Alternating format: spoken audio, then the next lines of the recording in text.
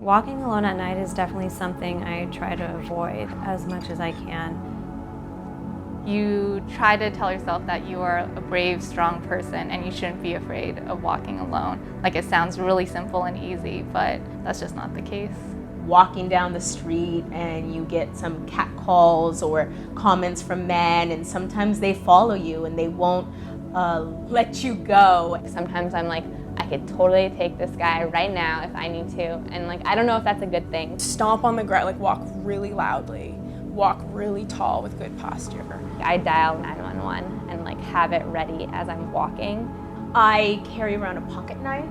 Sometimes when I go out at night, I make sure I have my running shoes on. There's one particular time that I stood in the center of kind of like a busy street and waited for the bus there because I was so horrified. That can get to a point where it's like almost debilitating, where you're thinking about it constantly. I'll put my keys like in between my knuckles and just be like Wolverine, like ready to go.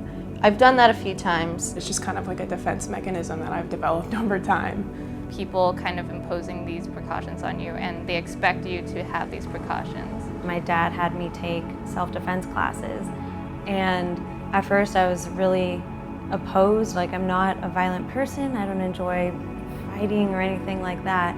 And he was like, I know, but it's stuff that you need to be learning.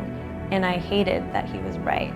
As you get older and you know people who it's happened to, I think it starts to become more real and it starts to probably scare you more. Especially because on the news you just hear about all like the bad things that happen and all the violent things that happen. No one's really told me what the best way to handle it is, so I'm kind of just figuring it out as I go along.